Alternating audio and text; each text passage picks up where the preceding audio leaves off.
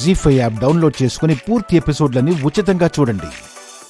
ఈ ఇంట్లో నాకు స్థానం లేదు, బయటికి వెళ్ళు అంటున్నావు. నా బతుకు ఇక్కడే. ఈ అడుగు బయట పెట్టడం అంటూ జరిగితే అది కాటిలోనే. ఇది 4 గోడలు దాటితే నా బ్రతుకే శూన్యం. ఈ ఊపిరి ఉన్నంత వరకు మరో చోటు లేదు. ఈ మెడలో తాళి, ఈ ప్రాణం ఇక్కడే ఉంటాయి. నీ కళ్ళ ముందు ఉండటం నీకు ఇష్టం లేకపోతే శిక్ష అంటున్నావు కదా, ఆ శిక్ష నీ చేత్తోనే విధించు.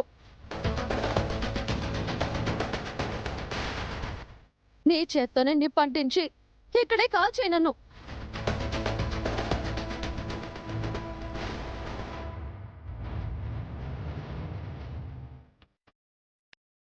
నువ్వు కట్టిన తాళితో సహా నేను ఇక్కడే కాలి బూడిదైపోతాను, అది కూడా సంతోషంగా, పుణ్యస్త్రీగా.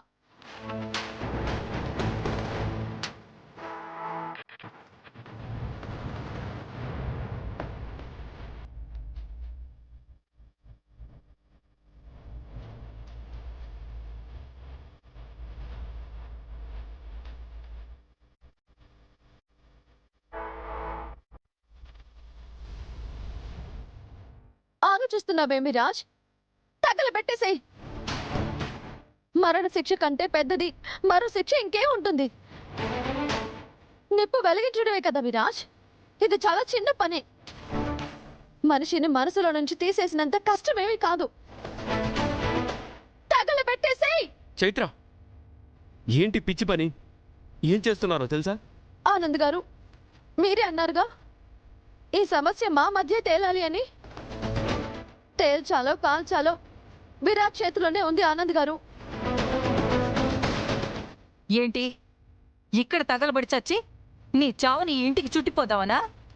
అంత చావాలనుకుంటే ఆ చావు బయట ఎక్కడైనా చావు, ఇక్కడికి ఎందుకు వచ్చావు? చెప్పాను కదా, బయట అడుగు పెడితే ఈ తాళికి, నా బ్రతుకి, చివరికి నా చావుకి కూడా ఈ ఇల్లే సమాధానం అవుతుంది అని.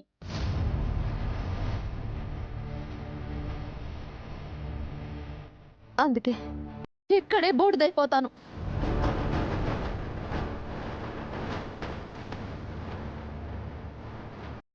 మీరెవరూ కంగారు పడాల్సిన పని లేదు, భయపడాల్సిన అవసరమూ లేదు. నా చావుకి మిమ్మల్ని ఎవరిని బాధ్యుల్ని కానివ్వను.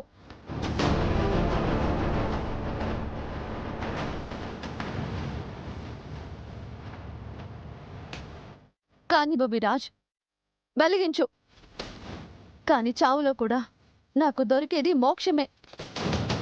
నీ చేతిలో ఆహుతైపోవడం కూడా వరమనే అనుకుంటున్నాను. వెలిగించు.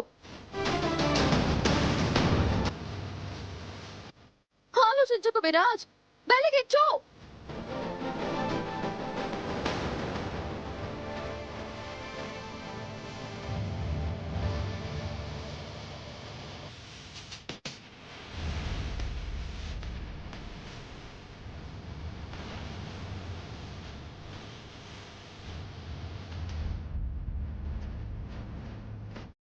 విరాజ్, అర్థం చేసుకోవడానికి ప్రయత్నించు. నీ చేతిలో చావడానికి కూడా చైత్ర గారు సిద్ధపడ్డారా? చావును కూడా సంతోషంగా ఆహ్వానిస్తున్నారు. నాకు అర్థం అవుతుంది, మీ ఇద్దరి మధ్య అపార్థపు పొర గోడ కట్టుకుంది. ఆ అపార్థం ఏంటో తేలే వరకు చైత్ర గారు ఇక్కడ ఉండడమే న్యాయం.